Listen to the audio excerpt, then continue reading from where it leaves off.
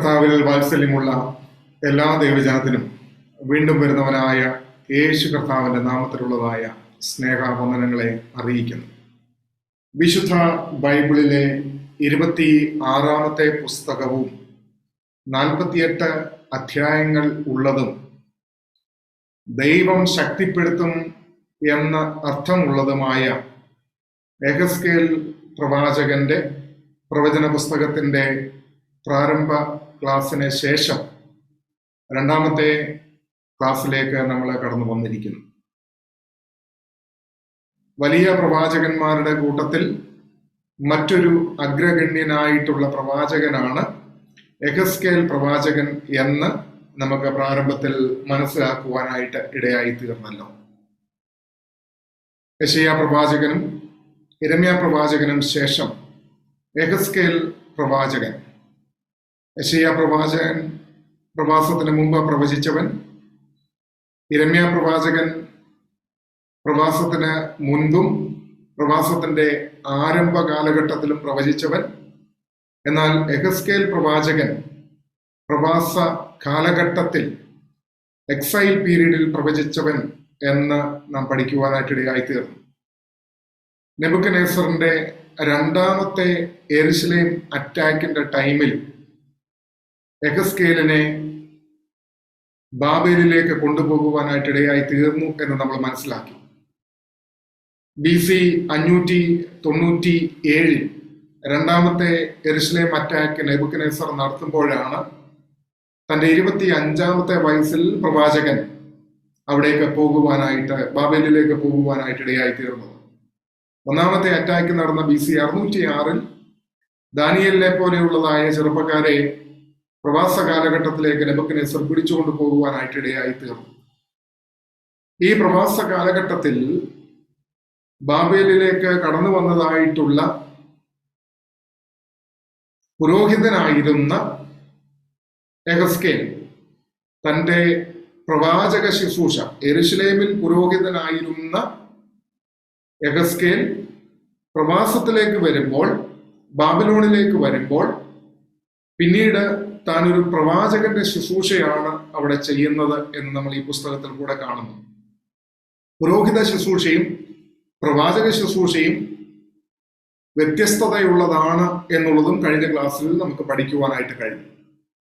30-ാമത്തെ വയസ്സിൽ താൻ പ്രത്യേകമായിട്ട് പ്രവാചക ശുശ്രൂഷയ്ക്ക് നിയോഗിക്കപ്പെടുന്നതായിട്ട് നാം ഇവിടെ നിന്ന് മനസ്സിലാക്കുവാനായിട്ടും സാധിക്കുകയാണല്ലോ. തുടർന്ന് ഉള്ളതായ കാര്യങ്ങളിൽ നമ്മൾ കണ്ടത് ഈ 48 അധ്യായങ്ങളുള്ളതായ ഈ പുസ്തകം ഡിവൈഡ് ചെയ്തിരിക്കുന്നത് എങ്ങനെയാണ് എന്നുള്ളത് നമ്മൾ പഠിച്ചു. അതോടൊപ്പം തന്നെ നമ്മൾ പ്രത്യേകമായിട്ടും കണ്ടത് യെശയ്യാ പ്രവചന പുസ്തകത്തിൽ ക്രിസ്തുവിന്റെ തേജസ്സിനെ കുറിച്ചും ക്രിസ്തുവിന്റെ മഹിമകളെ കുറിച്ചും വർണ്ണിക്കുമ്പോൾ യിരെമ്യാ പ്രവാചകൻ യഹോവയായ ദൈവത്തിന്റെ അരുളപ്പ അല്ലെങ്കിൽ യഹോവയായ ദൈവത്തെ കുറിച്ചുള്ളതായ കാര്യങ്ങൾ കൂടുതൽ സംസാരിക്കുന്നു. എന്നാൽ യെഹെസ്കേൽ പ്രവാചകൻ പരിശുദ്ധാത്മാവിനോടുള്ള ബന്ധത്തിലാണ് കാര്യങ്ങളെ സംസാരിക്കുന്നത് എന്നും നമുക്ക് മനസ്സിലാക്കാനായിട്ട്, ചിന്തിപ്പാനായിട്ട് കഴിയും. അപ്പോൾ ഈ 3 പുസ്തകങ്ങൾ, യെശയ്യാവ്, യിരെമ്യാവ്, യെഹെസ്കേൽ, യഹോവയായ ദൈവത്തിന്റെ ട്രിനിറ്റി, തൃത്വത്തെ പരാമർശിച്ചുകൊണ്ടുള്ളതായ 3 പുസ്തകങ്ങളിൽ കൂടെയും തൃത്വത്തെ കുറിച്ചുള്ളതായ പരാമർശമാണ് പ്രധാനമായിട്ടും ഉൾക്കൊള്ളിച്ചിരിക്കുന്നത് എന്നുള്ളതും നമുക്ക് ചിന്തിപ്പാനായിട്ടും മനസ്സിലാക്കുവാനായിട്ടും കഴിഞ്ഞു എന്നുള്ളതും കഴിഞ്ഞ ക്ലാസ്സിൽ നമുക്ക് മനസ്സിലാക്കാനായിട്ട് സാധിച്ചല്ലോ. ഇനി നമ്മൾ മുമ്പോട്ട് പോകുന്നതായിട്ടുള്ള സമയത്ത് പ്രധാനപ്പെട്ട ചില കാര്യങ്ങൾ കൂടെ പരാമർശിച്ചിട്ട് ഈ പുസ്തകത്തിലെ ചില പ്രധാനപ്പെട്ട കാര്യങ്ങൾ നിങ്ങളോട് പറയുവാനായിട്ട് ആഗ്രഹിക്കുകയാണ്. ബാബേലിലേക്ക് പ്രവാസികളായി പോയവരിൽ അധികം പേരും അവരുടെ ഒരു വിശ്വാസം, അവരുടെ ഒരു ചിന്ത എന്താകുന്നു എന്ന് ചോദിച്ചാൽ പ്രവാസകാലം വളരെ വേഗം തീരും എന്നുള്ള ഒരു ചിന്ത അവർക്കുണ്ടായിരുന്നു. അതിന് ഉപോത്ബലകമായിട്ട് യെരുശലേമിൽ വെച്ച് തന്നെ ചില പ്രവാചകന്മാർ, ഹനാനിയെ പോലെയുള്ളതായ ചില പ്രവാചകന്മാർ പ്രവചിച്ചിരുന്നത് യിരെമ്യാ പ്രവാചകന്റെ പുസ്തകത്തിൽ കൂടെ നമ്മളത് കണ്ടിരുന്നു. കേവലം 2 വർഷങ്ങൾ കൊണ്ട് ബാബിലോണിലെ പ്രവാസം തീരും എന്നുള്ളതായ തെറ്റായ ഒരു വ്യാജ പ്രവചനവും പ്രചാരണവും നടത്തിയിരുന്നു. അപ്പോൾ ഈ ഹനാനിയെ പോലെയുള്ളതായ വ്യാജ ആത്മാക്കൾ പ്രവചിച്ചതായിട്ടുള്ള പ്രവചനങ്ങൾ ബാബിലോണിലേക്ക് പോയതായിട്ടുള്ള ചില ഇസ്രായേൽ മക്കളെങ്കിലും ചിന്തിച്ചിരുന്നു. അവരങ്ങനെ അത് വിശ്വസിക്കുവാനായിട്ട് ഇടയായി തീർന്നിരുന്നു. എന്നാൽ തുടർന്ന് യിരെമ്യാ പ്രവാചകൻ അവർക്ക് എഴുതി അയച്ചു, പ്രവാസത്തിലായിരുന്നിട്ടുള്ള ആളുകൾക്ക് എഴുതി അയച്ചു, നിങ്ങളുടെ പ്രവാസം 70 വർഷം നീളും. ഈ പ്രവചനം യിരെമ്യാവ് എഴുതി അയച്ചതായിട്ടുള്ള എഴുത്ത് യെഹെസ്കേലിനെ പോലെയുള്ളതായിട്ടുള്ള പ്രവാചകന്റെ അരികിൽ എത്തുവാനും അദ്ദേഹത്തിന് ലഭിക്കാനായിട്ടും ഇടയായി തീർന്നു. അങ്ങനെ പിന്നീട് അദ്ദേഹം നമുക്ക് കാണുവാനായിട്ട് കഴിയുന്നത് ആ പ്രവചനത്തിനനുസരിച്ച് പിന്നീട് ഇവരോട് പ്രവചിക്കുവാനായിട്ട് ഇടയായി തീരുകയാണ്. അദ്ദേഹവും ഒരുപക്ഷെ വിശ്വസിച്ച് കാണും, 2 വർഷം കൊണ്ട് തീരുമല്ലോ, വീണ്ടും തനിക്ക് മടങ്ങിപ്പോയി യെരുശലേമിൽ ദേവാലയത്തിൽ ശുശ്രൂഷകളൊക്കെ ചെയ്യാമെന്നുള്ളൊരു പ്രതീക്ഷയും പ്രത്യാശയും ഒക്കെ ഒരുപക്ഷെ ഉണ്ടായിരുന്നു കാണാം. എന്നാൽ അതെല്ലാം വേഗം അവസാനിക്കുന്നതായിട്ടാണ്. ആ പ്രതീക്ഷകളെല്ലാം അസ്തമിച്ചു. 70 വർഷം നിങ്ങളുടെ പ്രവാസം നീളും എന്നുള്ളതായ ഒരു സന്ദേശം അവർക്ക് ലഭിച്ചതായിട്ടുള്ള സമയത്ത് അവരുടെ ആ സന്തോഷം വേഗം നഷ്ടപ്പെടുകയാണ് എന്നുള്ളത് മനസ്സിലാക്കാനായിട്ട് സാധിക്കുന്നുണ്ട്. എന്നാൽ യെഹെസ്കേലിന് ദൈവം പ്രത്യേകമായിട്ടുള്ളതായ ദർശനങ്ങൾ നൽകി അവനെ ബലപ്പെടുത്തുന്നു. അവരുടെ പേരിന്റെ അർത്ഥം തന്നെ നമ്മൾ കേട്ടല്ലോ, ദൈവം ആശ്വസിപ്പിക്കും അല്ലെങ്കിൽ ദൈവം ശക്തിപ്പെടുത്തും എന്നുള്ളതാണ്. ഗോഡ് സ്ട്രെങ്തൻസ് എന്നുള്ളതാണ് അവരുടെ പേരിന്റെ അർത്ഥം തന്നെ. അപ്പോൾ എവിടെയാണ് ദൈവത്തിന്റെ ശക്തി ആവശ്യം, അല്ലെങ്കിൽ എവിടെയാണ് ദൈവം നമ്മളെ ബലപ്പെടുത്തേണ്ടുന്നത്? ഒരു വലിയ പ്രതികൂലത്തിന്റെ നടുവിൽ പോയി കിടക്കുന്ന ഒരു ദൈവ പൈതലിനെ സംബന്ധിച്ചിടത്തോളം ദൈവത്തിൽ നിന്നുള്ളതായ ദൂത് ലഭിക്കുന്നില്ല എങ്കിൽ, അല്ലെങ്കിൽ ദൈവം ശക്തിപ്പെടുത്തുന്നില്ല എങ്കിൽ നിരാശനായി പോകുവാനായിട്ടും നിരാലംബനായി പോകുവാനായിട്ടും വിശ്വാസത്തിൽ തന്നെ പിൻപിലേക്ക് പോകുവാനായിട്ടുള്ള സാധ്യതയൊക്കെ വളരെ കൂടുതലാണ് എന്നുള്ളത് ഓർത്തുകൊണ്ട്, അപ്പോൾ ദൈവത്തിന്റെ ശക്തി ഒരു ദൈവ പൈതലിന് ആവശ്യമായിരിക്കുന്നത് പ്രതികൂലങ്ങളിലാണ്, പ്രതിസന്ധികളിലാണ്, തന്റെ വേദനകളിലും കണ്ണുനീരിന്റെ അനുഭവത്തിലുമാണ്. ഇപ്പോൾ നമുക്കറിയാമല്ലോ, ബാബേലിലേക്ക് യെഹെസ്കേൽ പോയിരിക്കുന്നു. കേബാർ നദിയുടെ തീരത്ത് ആണ് താൻ ആയിരിക്കുന്നത് എന്നുള്ളത് 1-ാമത്തെ അധ്യായത്തിൽ നമുക്ക് മനസ്സിലാക്കുവാനായിട്ട് കഴിഞ്ഞു. ആ കേബാർ നദി അല്ലെങ്കിൽ ബാബേൽ നദികളുടെ തീരത്ത് ഞങ്ങൾ ഇരുന്നു, സിയോനെ ഓർത്തപ്പോൾ ഞങ്ങൾ കരഞ്ഞു എന്ന് 137-ാമത്തെ സങ്കീർത്തനം കൂടെ ചേർത്ത് നമ്മൾ ചിന്തിക്കണമെന്നുള്ളതും കഴിഞ്ഞ ക്ലാസ്സിൽ ഞാൻ ഓർമ്മിപ്പിച്ചതാണ് എന്ന് നമുക്കറിയാമല്ലോ. അപ്പോൾ ഈ 137-ാമത്തെ സങ്കീർത്തനവും ഇതിനോട് റിലേറ്റ് ചെയ്ത് വേണം നമുക്ക് വായിച്ച് മനസ്സിലാക്കുവാനായിട്ട് എന്നുള്ളത് പ്രത്യേകമായിട്ട് ഓർത്തുകൊള്ളാം.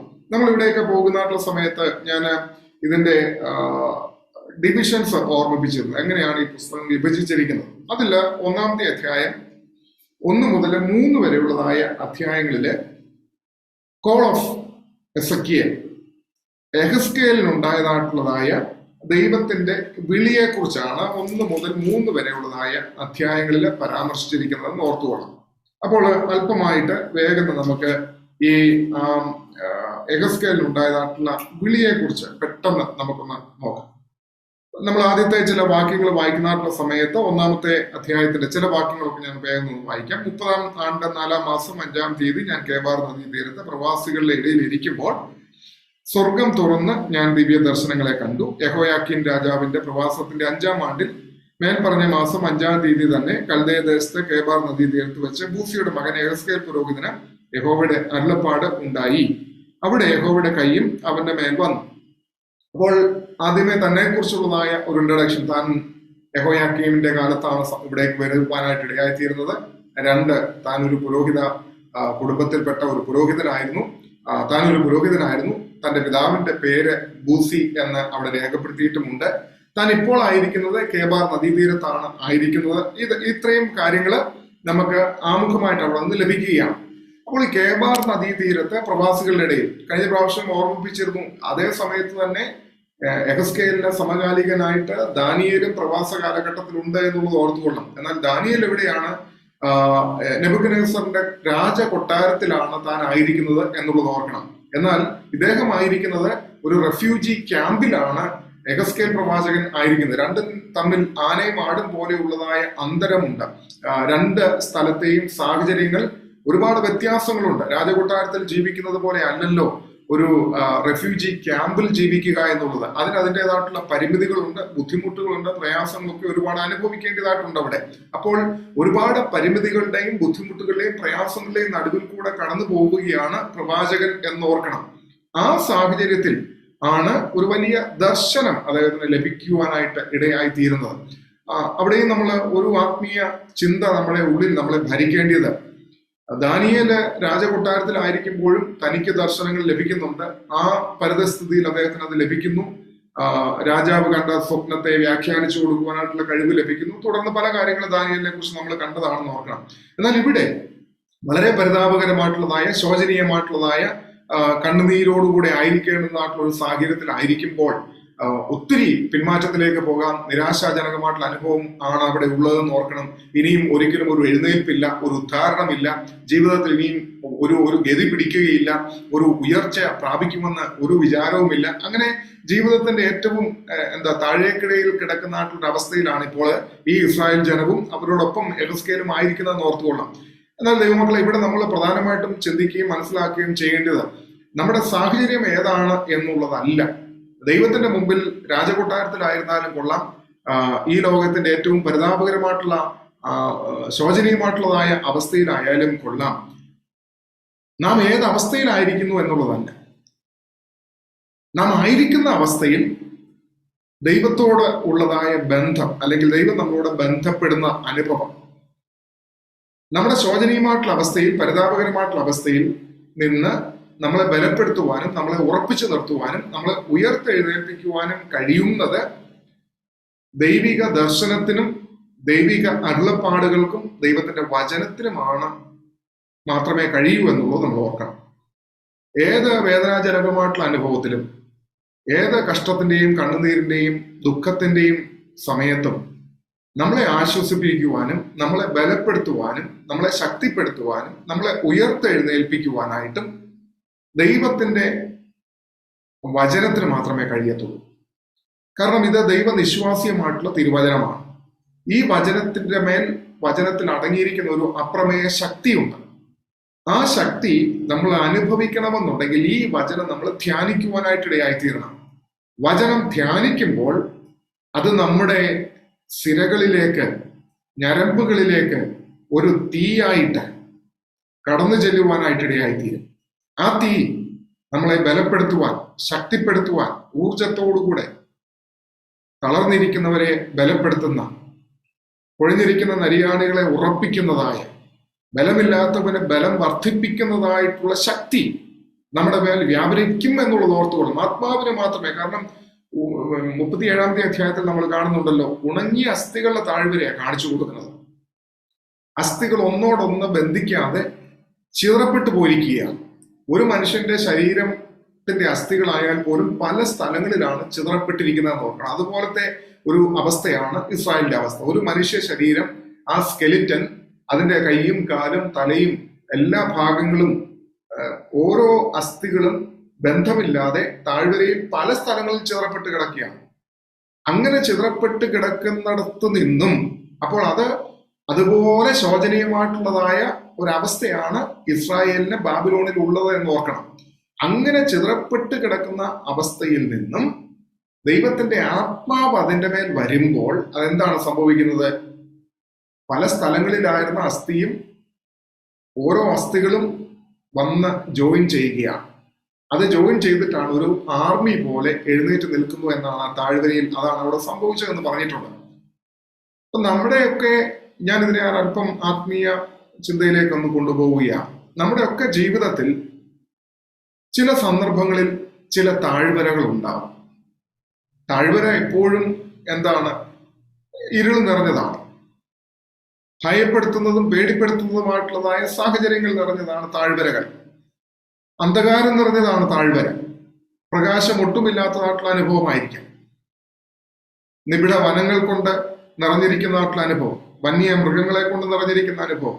അപ്പോൾ ഈ താഴ്വരകൾ എപ്പോഴും നമ്മളെ ഭയപ്പെടുത്തുന്നതാണ്. കൂരിരുൾ താഴ്വര ഭയപ്പെടുത്തുന്നത് തന്നെയാണ്, വേദനാജനകമായിട്ടുള്ള അനുഭവമാണ്. അപ്പോൾ ഈ അസ്ഥികൾ ചിതറപ്പെട്ടതുപോലെ നമ്മുടെ ജീവിതത്തിന്റെ എല്ലാ പ്രതീക്ഷകളും പ്രത്യാശകളും ഒക്കെ അസ്തമിച്ച് ജീവിതം തന്നെ ഇരുളടഞ്ഞു പോയിരിക്കുന്ന അനുഭവം. എന്നാൽ അവിടെ ആത്മാവ് വരുന്നു.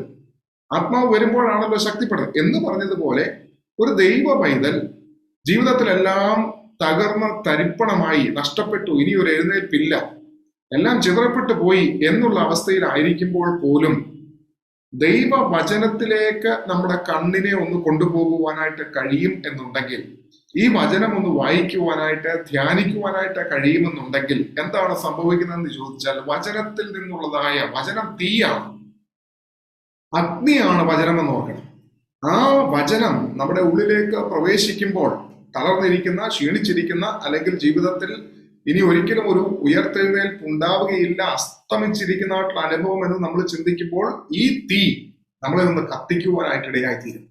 നമ്മളെ ബലപ്പെടുത്തുവാൻ, നമ്മളെ ശക്തിപ്പെടുത്തുവാൻ, തണുത്തുറഞ്ഞു പോയതായിട്ടുള്ളതായ രക്തക്കുഴലുകളെ, രക്തത്തെ ചൂട് പിടിപ്പിക്കുവാൻ ദൈവത്തിന്റെ വചനത്തിന്, ദൈവത്തിന്റെ ആത്മാവിന് ശക്തിയുണ്ട് എന്നുള്ളത് നമ്മൾ മനസ്സിലാക്കണം. ആ ശക്തിയാണ് ആ താഴ്വരയിൽ ഈ പ്രവാചകനെ ദർശിപ്പാനായിട്ട് ഇടയായിത്തീർന്നത്. ഒരു വലിയ സൈന്യത്തെ പോലെ ഇസ്രായേലിനെ എഴുന്നേൽപ്പിച്ച് നിർത്തുന്നത് എന്ന് നോക്കണം. അപ്പോൾ നമ്മുടെ ജീവിതത്തിലായാലും പ്രതികൂലങ്ങളൊക്കെ വന്ന്, കഷ്ടവും സങ്കടവും ദുഃഖവും നിരാശയും നിന്ദയും ഒക്കെ വന്ന് നമ്മളൊക്കെ അടിപ്പെട്ടു പോകുന്ന ഒരുപാട് സന്ദർഭങ്ങൾ ഉണ്ടാകും. എന്നാൽ ഒരു ദൈവ പൈതലിനെ സംബന്ധിച്ചിടത്തോളം ദൈവത്തിന്റെ വചനം നാം ആയിരിക്കുന്ന സങ്കടക്കടലിന്റെ നടുവിൽ നിന്ന് നമ്മൾ എഴുന്നേൽപ്പിച്ച് നിർത്തുവാൻ ശക്തിയുള്ളതാണ്. ഇവിടെ കേബാർ നദീ തീരത്ത് വളരെ ശോചനീയമായിട്ടുള്ളതായ അനുഭവത്തിൽ ഈ റെഫ്യൂജി ക്യാമ്പിൽ ആയിരിക്കുന്നതായ യെഹെസ്കേലിനാണ് ദൈവത്തിന്റെ ദർശനം ലഭിക്കുന്നത്. അപ്പോൾ ദൈവത്തിന്റെ ദർശനം യെഹെസ്കേലിന് ഇനി ലഭിക്കുന്നത് എപ്രകാരമാണ് എന്ന് നമുക്ക് നോക്കാം. വളരെ മനോഹരമായിട്ടുള്ള ഒരു ദർശനമാണ് യെഹെസ്കേലിന് അവിടെ ലഭിക്കുവാനായിട്ട് ഇടയായിത്തീരും. നമുക്ക് വേണമെങ്കിൽ അതിനൊരു പേര് കൊടുക്കുവാനായിട്ട് കഴിയും. Appearance of the likeness of the glory of God. അതായത് യഹോവയുടെ മഹത്വത്തിന്റെ പ്രത്യക്ഷത. Appearance of the likeness of the glory of the Lord. യഹോവയുടെ മഹത്വത്തിന്റെ പ്രത്യക്ഷത എന്നുള്ളതാണ് നമുക്കതിന് കൊടുക്കുവാനായിട്ട് കഴിയുന്നതായിട്ടുള്ള പേര്. അപ്പോൾ 1-ാമത്തെ അധ്യായത്തിന്റെ 4-ാം വാക്യം മുതൽ 28-ാമത്തെ വാക്യം വരെ നമുക്ക് ദർശിക്കുവാൻ കഴിയുന്നത് യഹോവയുടെ മഹത്വത്തിന്റെ പ്രത്യക്ഷതയായിരുന്നു എന്നുള്ളത് വളരെ വ്യക്തമായിട്ട് ഓർത്തുകൊള്ളണം. യഹോവയുടെ മഹത്വത്തിന്റെ പ്രത്യക്ഷത അതെങ്ങനെയായിരുന്നു നോക്കണം. നിങ്ങൾ എപ്പോഴും അണ്ടർലൈൻ ചെയ്ത് മനസ്സിൽ ചിന്തിച്ചിട്ട് ഇരിക്കേണ്ടത്, ഒരു റെഫ്യൂജി ക്യാമ്പിലാണ് താൻ ആയിരിക്കുന്നത്, പരിതാപകരമായിട്ടുള്ള ഒരു സിറ്റുവേഷനിലാണ് താൻ ആയിരിക്കുന്നത്. 2 വർഷം കൊണ്ട് പ്രവാസമൊക്കെ തീരുമെന്നുള്ള ഹനാനിയെ പോലെയുള്ളതായ വ്യാജ പ്രവാചകന്മാരുടെ പ്രവചനമൊക്കെ അന്തരീക്ഷത്തിൽ ഇങ്ങനെ ഉണ്ട്. അപ്പോൾ 2 വർഷം കൊണ്ട് ഈ പ്രവാസം തീരും, അത് കഴിഞ്ഞിട്ടങ്ങ് പോകാം എന്നുള്ള ഒരു ചിന്തയോടുകൂടെ ഒരു ജനതതി മുഴുവനും ബാബിലോണിൽ പ്രവാസത്തിലായിരിക്കുമ്പോൾ അശനിപാതം പോലെ യിരെമ്യാ പ്രവാചകന്റെ സന്ദേശം എത്തിയിരിക്കുകയാണ്. 2 വർഷം കൊണ്ടൊന്നുമല്ല, 70 വർഷം നിങ്ങൾ അവിടെ കിടന്നല്ലേ പറ്റൂ. 70 വർഷം നീളുന്നതാണ് ഈ പ്രവാസം എന്നുള്ളതായ ആ സന്ദേശം വന്നതോടുകൂടെ എന്ത് സംഭവിക്കുകയാണ്? മുഴുവനായിട്ട് ഒരു തളർച്ച, ഒരു മന്ദത ഇവരെ ബാധിക്കുകയാണ് എന്നുള്ളത് ഓർത്തോളൂ. ഉടനടി ഒന്നും ഒരു എഴുന്നേറ്റം ഉണ്ടാവുകയില്ല. ആ സന്ദേശം കേട്ടപ്പോഴേക്കും ഒരു തളർച്ച ഉണ്ടാവും. ആ തളർച്ചയുടെ നടുവിലാണ് എന്ത്? ദൈവിക സന്ദേശം അല്ലെങ്കിൽ ദൈവത്തിന്റെ മഹത്വം ഈ യെഹെസ്കേൽ പ്രവാചകന് ദർശിക്കുവാനായിട്ട് ഇടയായിത്തീരുന്നതെന്ന് നോക്കണം. അപ്പോൾ ആ ദർശനത്തിൽ ഉള്ളതായ പ്രത്യേകത 4-ാമത്തെ അധ്യായം മുതൽ 28-ാമത്തെ വാക്യം വരെ നിങ്ങൾ വളരെ വ്യക്തമായിട്ട് മനസ്സിരുത്തി ഒന്ന് വായിച്ചു നോക്കിക്കോണം. അതിനകത്ത് യഹോവയുടെ മഹത്വത്തിന്റെ പ്രത്യക്ഷതയിൽ ഉള്ളതായ ചില കാര്യങ്ങളെ കുറിച്ച് നമുക്ക് കാണാനായിട്ട് കഴിയും. 4-ാമത്തെ വാക്യം നമുക്ക് നോക്കുമ്പോൾ, ഞാൻ നോക്കിയപ്പോൾ വടക്ക് നിന്ന് ഒരു കൊടുങ്കാറ്റും വലിയൊരു മേഘവും പാളിക്കത്തുന്ന തീയും വരുന്നത് കണ്ടു. അതിന്റെ ചുറ്റും ഒരു പ്രകാശവും അതിന്റെ നടുവിൽ നിന്ന്, തീയുടെ നടുവിൽ നിന്ന് ശുക്ലസ്വർണം പോലെ ഒരു കാഴ്ചയും ഉണ്ടായിരുന്നു. അപ്പോൾ ഈ കേബാർ നദിയുടെ തീരത്തായിരിക്കുമ്പോൾ യെഹെസ്കേൽ കാണുന്ന, ആത്മവിവശതയിലായി യെഹെസ്കേൽ കാണുന്നതായിട്ടുള്ള ഒരു ദർശനമാണ്. ആ വിഷനകത്ത് കാണുന്നതായിട്ടുള്ള കാര്യം എന്താണ്? യഹോവയുടെ പ്രത്യക്ഷതയെക്കുറിച്ചാണ്, മഹത്വ പ്രത്യക്ഷതയെക്കുറിച്ചാണ് നമുക്കിവിടെ കാണാനായിട്ട് സാധിക്കുന്നത്. ഈ യഹോവയുടെ മഹത്വ പ്രത്യക്ഷതയിൽ അടങ്ങിയിരിക്കുന്ന ആ വരവ് എപ്രകാരമാണ്? ഒരു വലിയ കൊടുങ്കാറ്റ്, എസ്റ്റോമി വിൻഡ്, ഒരു വലിയ കൊടുങ്കാറ്റ്, കൊടുങ്കാറ്റിന്റെ അകമ്പടി, ദെൻ ഒരു വലിയ മേഘം, എ ഗ്രേറ്റ് ക്ലൗഡ്, ഒരു വലിയ മേഘത്തിന്റെ അകമ്പടി. ഈ മേഘത്തിന് ചുറ്റും എന്താണ്? ഒരു വലിയ പ്രകാശമുണ്ട്, a great brightness around it. ഈ മേഘത്തിന് ചുറ്റും ഒരു വലിയ പ്രകാശമുണ്ട്. പിന്നീട് എന്താണ് ഈ മേഘത്തിനകത്ത് എന്താണ് നമുക്ക് കാണുവാൻ കഴിയുന്നത്? പാളിക്കത്തുന്ന തീ, ഫ്ലാഷിംഗ് ഫയർ. മിന്നല് പോലെ ഇങ്ങനെ കത്തിക്കൊണ്ടിരിക്കുന്നതായിട്ടുള്ള ഫ്ലാഷിംഗ് ഫയറിനെയാണ്, പാളിക്കത്തുന്ന തീയെ കാണുന്നു. പിന്നീട് എന്താണ് അതിന്റെ നടുവിൽ എന്താണ് പറഞ്ഞിരിക്കുന്നത്? അതിന്റെ ചുറ്റും പ്രകാശവും അതിന്റെ നടുവിൽ നിന്ന്, ഏതിന്റെ നടുവിൽ നിന്നാണ്? ഒരു വലിയ കൊടുങ്കാറ്റ് ഉണ്ടാവുന്നു. ആ കൊടുങ്കാറ്റിന്റെ അകത്ത് അതിനോടൊപ്പം ഒരു വലിയ മേഘമുണ്ട്. അതിനകത്ത് എന്തുണ്ട്? ഒരു വലിയ തീയുണ്ട്. അതിന് ചുറ്റും വലിയ പ്രകാശമുണ്ട്. ഇതിന്റെ നടുവിൽ നിന്ന്, അതായത് ഈ വലിയ തീയുടെ നടുവിൽ നിന്ന് പിന്നീട് എന്താണ് കാണുന്നത്? ശുക്ലസ്വർണം പോലെ ഒരു കാഴ്ചയും ഉണ്ടായിരുന്നു. ഗ്ലീമിംഗ് മെറ്റൽ ഇൻസൈഡ് ദ ഫയർ. അതായത് ഈ വലിയ തീയുടെ നടുവിൽ നിന്ന് പ്രവാചകൻ കാണുന്നത് ജ്വലിച്ച് പ്രകാശിക്കുന്ന, സ്ഫുരിക്കുന്നതായ, ദീപ്തമായ മറ്റൊരു കാഴ്ച. A gleaming metal inside the fire. അതുപോലെ ജ്വലിച്ചു കൊണ്ടിരിക്കുന്ന, തീക്കകത്തു നിന്ന് ഒരു മെറ്റൽ ജ്വലിച്ച് പ്രകാശിക്കുന്നത് പോലെയുള്ള മറ്റൊരു പ്രകാശമാണ് അവിടെ കാണുന്നത് എന്ന് ഓർത്തുകൊള്ളണം. അപ്പോൾ a gleaming metal inside the fire, ജ്വലിച്ച് പ്രകാശിക്കുന്ന ദീപ്തമായിട്ടുള്ള ഒരു പ്രകാശം. അതിനുശേഷം പറഞ്ഞിരിക്കുന്ന എന്താണ്? ഇതിന്റെ നടുവിൽ, അപ്പോൾ കൊടുങ്കാറ്റ്, വലിയ മേഘം, അതിനകത്ത് തീ, ആ തീക്കകത്ത് അതിനെക്കാട്ടിലും മനോഹരമായിട്ടുള്ളതായ, സ്ഫുരിക്കുന്നതായിട്ടുള്ള, ജ്വലിക്കുന്നതായിട്ടുള്ള ഒരു കാഴ്ച. അതിന്റെ നടുവിൽ പിന്നെയും എന്താണ് പറഞ്ഞിരിക്കുന്നത്? ഇതിന്റെ എല്ലാത്തിന്റെയും നടുവിൽ 4 ജീവികളെ കാണുകയാണ്. 4 living creatures. In the midst of all these, Ezekiel the prophet has seen another beautiful scene. 4 living creatures. 4 ജീവികളെ അദ്ദേഹം അവിടെ കാണുകയാണ്. 5-ാമത്തെ വാക്യത്തിൽ പറഞ്ഞിട്ടുണ്ട്, അതിന്റെ നടുവിൽ 4 ജീവികളുടെ സാദൃശ്യം കണ്ടു.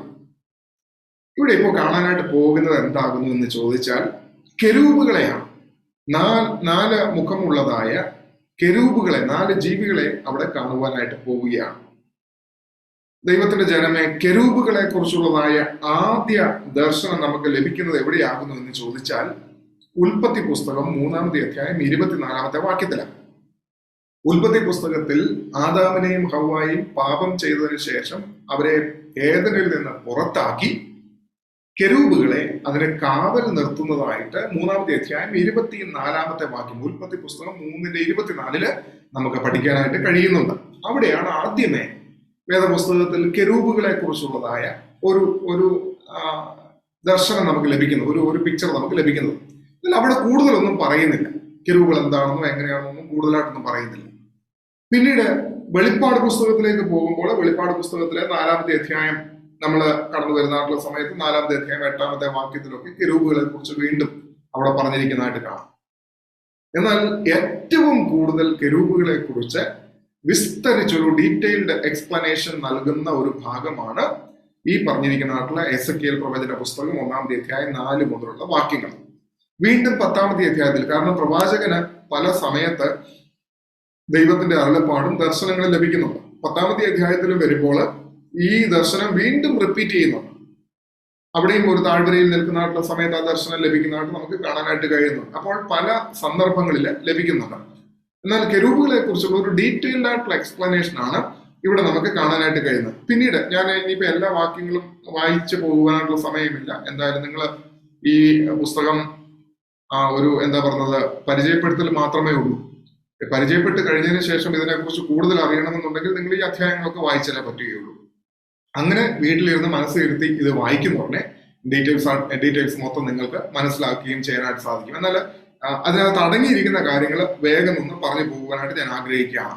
തുടർന്ന് ഈ കെരൂബുകളെ കുറിച്ച് പറഞ്ഞിരിക്കുന്നത് 4 ലിവിങ് ക്രീച്ചേഴ്സ് ആണെന്ന് പറയുന്നുണ്ട്. പിന്നീട് പറഞ്ഞിരിക്കുന്നത് ഇത് ഹ്യൂമൻ ലൈക്നെസ്, മനുഷ്യ സാദൃശ്യം ഉള്ളതായിരുന്നു ഈ കെരൂബുകൾ എന്നുള്ളത് അടുത്ത വാക്യത്തിൽ നമുക്ക് കാണാനായിട്ട് കഴിയും. പിന്നെ മാത്രമല്ല ഇതിന് 4 മുഖമുണ്ട്, അതോടൊപ്പം തന്നെ 4 ചിറകുകളും ഉണ്ട് എന്ന് പറഞ്ഞിരിക്കുന്നു. പിന്നീട് പറഞ്ഞിരിക്കുന്ന 6-ാമത്തെ വാക്യത്തിനകത്ത് അത് നമുക്ക് കാണാനായിട്ട് കഴിയുന്നുണ്ട്. ഓരോന്നിനും 4 മുഖവും 4 ചിറകും ഉണ്ടായിരുന്നു. അവയുടെ കാൽ ചൊവ്വുള്ളതായിരുന്നു എന്നാണ് എഴുതിയിരിക്കുന്നത്. ഇംഗ്ലീഷ് നമ്മൾ വായിക്കുന്നതോടെ ലെഗ്സ് വെർ സ്ട്രെയിറ്റ്, അവയുടെ കാൽ ചൊവ്വുള്ളതായിരുന്നു. അവയുടെ കാൽ പിന്നീട് പറഞ്ഞിരിക്കുന്നത് കാളക്കിടാവിന്റെ കുളമ്പ് പോലെയുള്ളതാണ് അവയുടെ കാൽപാദം, soles of a calf foot എന്നാണ് പറഞ്ഞിരിക്കുന്നത്. കാളക്കിടാവിന്റെ കുളമ്പ് പോലെ. പിന്നീട് പറഞ്ഞിരിക്കുന്നത് ആ കാൽപാദം മിനുക്കിയ താമ്രം പോലെ എന്നാ പറഞ്ഞിരിക്കുന്നത്. പിന്നീട് നമ്മൾ അവിടെ കാണുന്നത് 8ാമത്തെ വാക്യത്തിലേക്ക് വരുമ്പോൾ ഈ കെരൂബിന് ഒരു മനുഷ്യ കൈ പോലെ, മനുഷ്യ കൈ, ചിറകിനടിയിൽ ഒരു മനുഷ്യ കൈ ഉണ്ടായിരുന്നു എന്ന് കാണുന്നു. പിന്നെ ഇവയുടെ ചിറകുകൾ ഒന്നോടൊന്ന് തൊട്ടിരുന്നതായിട്ടുള്ള അനുഭവമായിരുന്നു. മാത്രമല്ല ഇവ നേരെ മുൻപോട്ട് പോകുന്നതായിട്ടുള്ള അനുഭവമാണ്. ഇവയ്ക്ക് 4നും 4 മുഖം ഉണ്ട് എന്നുള്ളത് നമ്മൾ കാണുന്നു. ഒന്നാമത് പറഞ്ഞിരിക്കുന്ന ഹ്യൂമൻ ഫേസ്, മനുഷ്യ മുഖം എന്ന് കാണുന്നു. രണ്ടാമത്തേതിന് സിംഹമുഖം, ലയൺ ഫേസ് ആണെന്ന് കാണുന്നു. മൂന്നാമത്തേത് ഓക്സ് ഫേസ്, കാളമുഖം. നാലാമത്തേതിന് ഈഗിൾ ഫേസ്, കഴുകിന്റെ മുഖം. നമ്മളിത് വെളിപ്പാട് പുസ്തകം പഠിച്ചപ്പോൾ 4ാമത്തെ അധ്യായത്തിൽ നമ്മളത് കണ്ടതാണ്. കെരൂബുകൾക്ക് 4 മുഖങ്ങൾ. ഈ 4 മുഖങ്ങൾ എന്തിനെ കാണിക്കുന്നു? മനുഷ്യമുഖം. ഒന്നാമത് ഇവിടെ പറഞ്ഞിരിക്കുന്ന അനുസരിച്ച് ഹ്യൂമൻ ഫേസ്, മനുഷ്യമുഖം. മനുഷ്യമുഖം ലൂക്കോസ് സുവിശേഷത്തെയാണ് ചൂണ്ടിക്കാണിക്കുന്നത്. ലൂക്കോസ് സുവിശേഷത്തിൽ പെർഫെക്റ്റ് ആയിട്ടുള്ളതായ പൂർണ്ണനായ മനുഷ്യനായ യേശുക്രിസ്തുവിനെയാണ് അവിടെ വരച്ച് കാണിക്കുന്നത് എന്നുള്ളത് ഓർത്തുകൊള്ളണം. നമ്മളിപ്പോൾ കെരൂബിനെ കുറിച്ചാണ് ഒന്ന് ചിന്തിച്ചുകൊണ്ടിരിക്കുന്നത്. ഈ കെരൂബിനെ കുറിച്ച് ചിന്തിച്ചുകൊണ്ടിരിക്കുമ്പോൾ നിങ്ങൾ പെട്ടെന്ന് മനസ്സിലാക്കേണ്ട കുറെ കാര്യങ്ങളാണ് പറഞ്ഞു തരുന്നത്.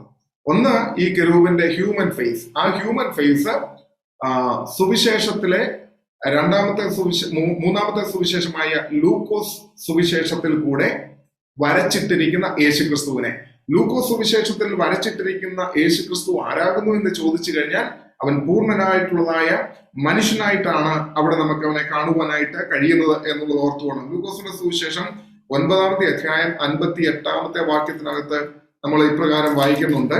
ലൂക്കോസിന്റെ സുവിശേഷം 9ാമത്തെ അധ്യായം 58ാമത്തെ വാക്യത്തിനകത്ത് നമ്മൾ വായിക്കുമ്പോൾ, യേശു അവനോട്, കുറുനരികൾക്ക് കുഴിയും ആകാശത്തിലെ പറവജാതികൾക്ക് കൂടുമുണ്ട്, മനുഷ്യപുത്രനോ തല ചായ്പാൻ സ്ഥലമില്ല. അവിടെ കേവലം മനുഷ്യനായിരിക്കുന്നതായിട്ടുള്ള കർത്താവായ യേശു ക്രിസ്തുവിനെ അവിടെ നമുക്ക് കാണാനായിട്ട് കഴിയുന്നു. ഇനി 19ാമത്തെ അധ്യായത്തിലേക്ക് വരുമ്പോൾ 19ാമത്തെ അധ്യായം അതിന്റെ 10ാമത്തെ വാക്യം, 19ന്റെ 10 പ്രധാനപ്പെട്ട 1-2 വാക്യങ്ങൾ മാത്രം വായിച്ച് അതൊന്ന് കാണിച്ചിട്ട് അങ്ങ് പോവുകയാണ്. 19ന്റെ 10 വരുമ്പോൾ, കാണാതെ പോയതിനെ തിരഞ്ഞു രക്ഷിപ്പാനല്ലോ മനുഷ്യപുത്രൻ വന്നത് എന്ന്. അപ്പോൾ ഇവിടങ്ങളിൽ നിന്നൊക്കെ ലൂക്കോസിന്റെ സുവിശേഷം മനുഷ്യ പുത്രനായിരിക്കുന്ന യേശുവിനെ വർണ്ണിക്കുന്നതാണ് എന്ന് നമുക്ക് കാണാം. ഇനി കെരൂബിന്റെ 2ാമത്തെ മുഖം, ലയൺ ഫേസ്, സിംഹമുഖം. മത്തായിയുടെ സുവിശേഷത്തെയാണ് അത് കാണിക്കുന്നത്. മത്തായിയുടെ സുവിശേഷത്തിൽ യേശുക്രിസ്തുവിന്റെ രാജത്വത്തെ കുറിച്ചാണ് സംസാരിക്കുന്നത്. യേശുക്രിസ്തുവിനെ ഒരു രാജാവായിട്ടാണ് മത്തായി റെപ്രസെന്റ് ചെയ്ത് സംസാരിക്കുന്നതെന്ന് ഓർത്തുകൊള്ളണം. കാരണം മത്തായിയുടെ സുവിശേഷം യഹൂദന്മാർക്ക് വേണ്ടി എഴുതിയതാണ്. അപ്പോൾ മത്തായിയുടെ സുവിശേഷത്തിൽ യേശുക്രിസ്തുവിനെ ഒരു രാജാവായിട്ടാണ് മത്തായി പരിചയപ്പെടുത്തുന്നത് എന്ന് നമ്മൾ മനസ്സിലാക്കണം. അതായത് തുടക്കത്തിൽ തന്നെ 2ാമത്തെ അധ്യായത്തിലേക്കൊക്കെ വരുന്നായിട്ടുള്ള സമയത്ത് തന്നെ കിഴക്ക് നിന്ന് വന്ന വിദ്വാൻമാർ ഹെരോദ രാജാവിന്റെ കൊട്ടാരത്തിൽ കടന്നു വന്നതിന് ശേഷം ചോദിക്കുന്നത്, യഹൂദന്മാരുടെ രാജാവായി പിറന്നവൻ എവിടെ? അപ്പോൾ ആ മത്തായിയുടെ സുവിശേഷത്തിന്റെ തുടക്കത്തിൽ തന്നെ നമ്മൾ കാണുന്നത് എന്താണ്? രാജാവായി പിറന്നവൻ എവിടെ? രാജാവായിട്ടാണ് അവനെ അന്വേഷിക്കുന്നതെന്ന് ഓർത്തുകൊള്ളാം. പിന്നീട് ആ പുസ്തകത്തിന്റെ മത്തായിയുടെ സുവിശേഷത്തിന്റെ അവസാനത്തിലേക്ക് നമ്മൾ എത്തുകയാണെങ്കിൽ, ക്രൂശീകരണ വേളയിൽ എന്താണ് പീലാത്തോസ് എഴുതി വെക്കുന്നത്? അവന്റെ ക്രൂശിന് മുകളിൽ എഴുതി വെക്കുന്ന കുറിപ്പ് എന്താണ്? യഹൂദന്മാരുടെ രാജാവ് എന്നുള്ളതാണ് അവിടെയും എഴുതി വെക്കുന്നത്. പിന്നെ അത് ചെന്ന് മാറ്റണമെന്നൊക്കെ പറഞ്ഞുകൊണ്ട് മഹാപുരോഹിതന്മാരും മറ്റുള്ളവരും ഒക്കെ പ്രശ്നം ഉണ്ടാക്കിയപ്പോൾ അദ്ദേഹം പറഞ്ഞാൽ എഴുതി എന്ന് പറയുകയും ചെയ്യുന്നുണ്ട്. അപ്പോൾ തുടക്കത്തിൽ മത്തായി നമ്മളെ പരിചയപ്പെടുത്തി കാണിക്കുന്നത് എന്താണ്? യഹൂദന്മാരുടെ രാജാവ്. അവസാനത്തിൽ നമ്മൾ കാണുന്ന യഹൂദന്മാരുടെ. അപ്പോൾ ലയൺ ഫേസ് കാണിക്കുന്നത് ക്രിസ്തുവിന്റെ രാജത്വത്തെയാണ്, അവന്റെ കിങ്ഷിപ്പിനെയാണ് നമുക്ക് കാണുവാനായിട്ട് കഴിയുന്നത് എന്നുള്ളത് ഓർത്തുകൊള്ളാം. മൂന്നാമത്തേത് മർക്കോസിന്റെ സുവിശേഷം, കാളമുഖം, ഓക്സ് ഫേസ് എന്നാണ് അവിടെ പറയുന്നത്. ഈ ഓക്സ് ഫേസ് കർത്താവിന്റെ ദാസ്യത്വത്തെ, കാള എപ്പോഴും ഒരു ദാസ്യത്വത്തെ കാണിക്കുന്ന, സെർവൻഹുഡിനെ കാണിക്കുന്നതാണ് എന്നുള്ളത് നമുക്കറിയാം. മത്തായിയുടെ സുവിശേഷം 10ാമത്തെ അധ്യായം 45ാമത്തെ വാക്യത്തിലേക്ക് വരുമ്പോൾ, മനുഷ്യപുത്രൻ ശുശ്രൂഷ ചെയ്യിപ്പാനല്ല ശുശ്രൂഷിപ്പാനും അനേകർക്ക് വേണ്ടി തന്റെ ജീവനെ മറുവിലയായിട്ട് കൊടുക്കുവാനുമായിട്ട് അത്രേ വന്നിരിക്കുന്നത് എന്ന് അവിടെ ബോധ്യപ്പെടുത്തുന്നുണ്ട് എന്നുള്ളത് ഓർത്തുകൊള്ളാം. അപ്പോൾ ഈ മൂന്നാമത്തെ മുഖം, കാളമുഖം, കർത്താവായ യേശു ക്രിസ്തുവിന്റെ ദാസ്യത്വത്തെ കാണിക്കുന്നു. അതാണ് മർക്കോസിന്റെ സുവിശേഷം. ഇനി നാലാമത്തേത് കഴുകിന്റെ മുഖം, ഈഗിൾ ഫേസ് ആണ് അവിടെ നമുക്ക് കാണുന്നത്.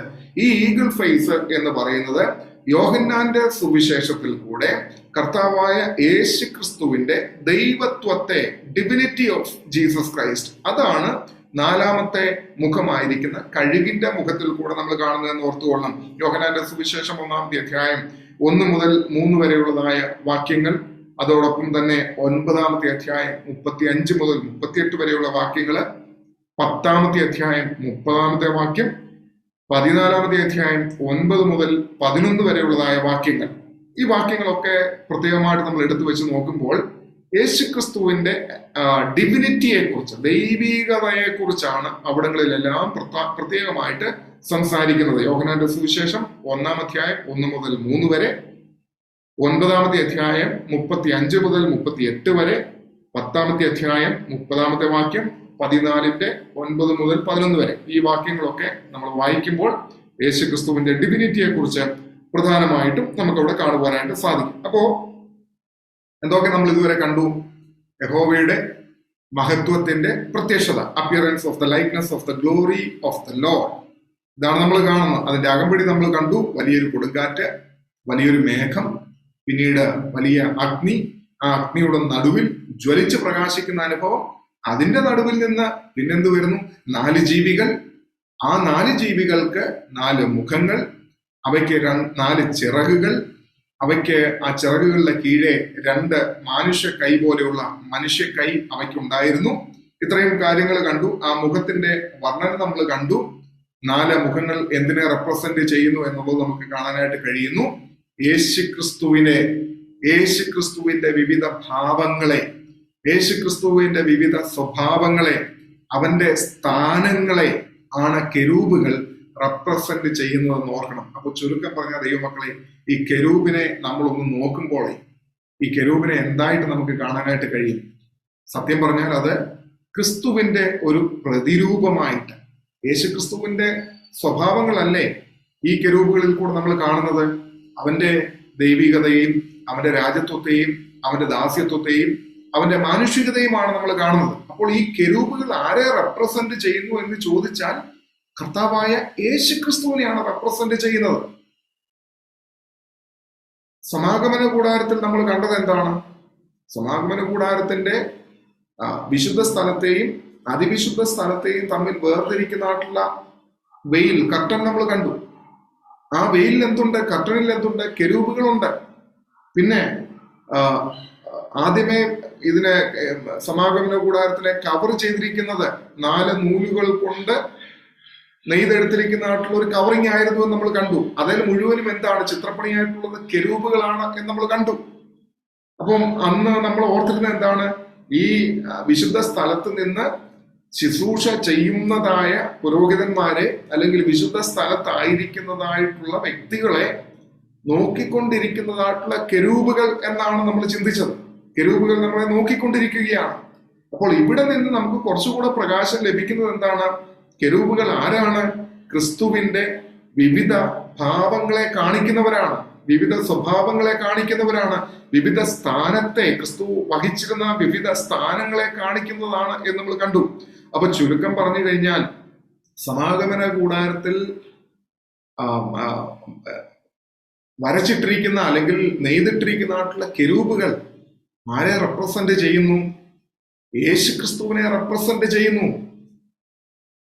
ഈ കെരൂബുകളെ മൊത്തത്തിൽ നമ്മൾ നോക്കിയാൽ അവർ യേശുക്രിസ്തുവിനെ റെപ്രസെന്റ് ചെയ്യുന്ന അനുഭവമാണ് എന്നോർത്തുകൊള്ളണം. അങ്ങനെയാണെങ്കിൽ വിശുദ്ധ ആലയത്തിൽ നമ്മൾ നിൽക്കുമ്പോൾ യേശുക്രിസ്തുവിന്റെ സാന്നിധ്യം, കെരൂബുകളുടെ സാന്നിധ്യം യേശുക്രിസ്തുവിന്റെ സാന്നിധ്യത്തെ നമുക്ക് കാണിച്ചു തരുന്നു എന്നുള്ളത് നമ്മൾ മറന്നു പോകാനായിട്ട് പാടില്ല. അപ്പോൾ ഈ കെരൂബുകൾ ആകെ മൊത്തം നമ്മൾ നോക്കുന്നതായിട്ടുള്ള സമയത്ത് യേശുക്രിസ്തുവിന്റെ ഭാവങ്ങളെ, സ്ഥാനങ്ങളെ, അവന്റെ മഹത്വത്തെ റെപ്രസെന്റ് ചെയ്യുന്നവരാണ് എന്ന് പ്രധാനമായിട്ടും കാണുന്നു. ഇനി 13-14 വാക്യങ്ങൾ നമ്മൾ വായിക്കുമ്പോൾ ജീവികളുടെ നടുവിൽ കത്തിക്കൊണ്ടിരിക്കുന്ന തീക്കനൽ പോലെയും പന്തങ്ങൾ പോലെയും ഒരു കാഴ്ചയുണ്ടായിരുന്നു. അത് ജീവികളുടെ ഇടയിൽ സഞ്ചരിച്ചു കൊണ്ടിരുന്നു. ആ തീ തേജസ്സുള്ളതായിരുന്നു. തീയിൽ നിന്ന് മിന്നൽ പുറപ്പെട്ടുകൊണ്ടിരുന്നു. അപ്പൊ നോക്കിക്കോണേ, നമ്മൾ ഇതിനിടയ്ക്ക് പല കാര്യങ്ങളെ കണ്ടു. കൊടുങ്കാറ്റ് കണ്ടു, മേഘം കണ്ടു, തീ കണ്ടു, തീക്കകത്തു നിന്ന് ജ്വലിച്ച് പ്രകാശിക്കുന്ന ഒരു അഗ്നി കണ്ടു.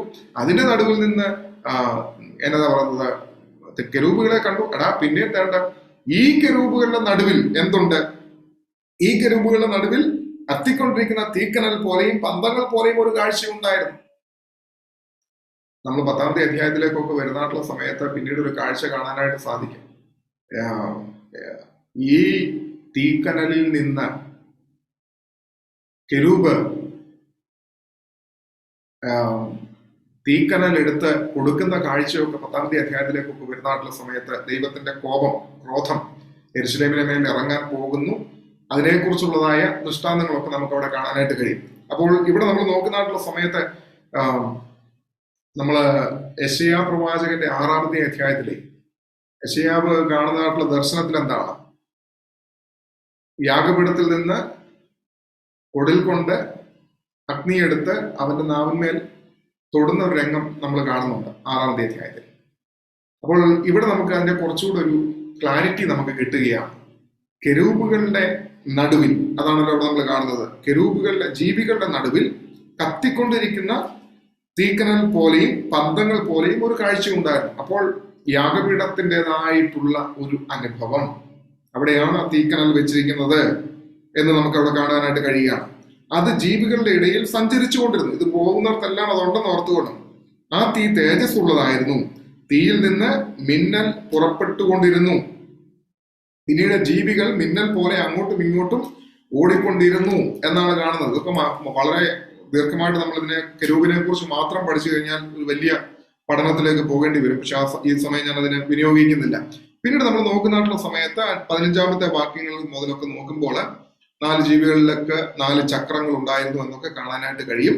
അതെല്ലാം ഒരുപോലെ തന്നെ ഇരിക്കുന്നതായിരുന്നു എന്ന് കാണാനായിട്ട് കഴിയും. 18-ാമത്തെ വാക്യത്തിലേക്ക് വരുമ്പോൾ അവയുടെ വട്ട്, അതായത് അതിന്റെ റിമ്മ്, അതിന്റെ വീലിന്റെ അത് വളരെ പൊക്കമുള്ളതും ഭയങ്കരവുമായിരുന്നു. 4ന്റെയും വട്ടുകൾക്ക് ചുറ്റും അടുത്തടുത്ത കണ്ണുണ്ടായിരുന്നു. അപ്പോൾ ഈ വീല് എന്ന് പറയുന്നത്, ഈ റിമ്മ് എന്ന് പറയുന്നത്, അതൊരു ബോൾ പോലെയാണ്. അത് എങ്ങോട്ട് വേണമെങ്കിലും കറങ്ങി പോകുന്ന, 4ഉം ഒരുപോലെ നിൽക്കുന്നു. അതിന്റെ 4ന്റെയും അണ്ടറിലായിട്ടാണ് ഈ ബോൾ ഉള്ളത്. അതിന് ഇഷ്ടം പോലെ എങ്ങോട്ട് വേണമെങ്കിലും മൂവ് ചെയ്യാം. ഒരാൾക്ക് അങ്ങോട്ടും ഇങ്ങോട്ടും റിവേഴ്സ് എടുക്കേണ്ട കാര്യമൊന്നുമില്ല. എങ്ങനെ വേണേലും കറങ്ങി പോകത്തക്ക രീതിയിലുള്ള ഒരു സംവിധാനമാണ് ഈ കെരൂബുകൾക്ക് ഉള്ളത് എന്ന് ഓർത്തുകൊള്ളാം. അതിൽ ചുറ്റും കണ്ണ് ഉണ്ടായിരുന്നു എന്നാണ് രേഖപ്പെടുത്തിയിരിക്കുന്നത്. നമ്മൾ വെളിപ്പാട് പുസ്തകത്തിലും അത് നമുക്ക് കാണാനായിട്ട് കഴിഞ്ഞല്ലോ. ആ കണ്ണുകൾ, ചുറ്റും കണ്ണുകൾ.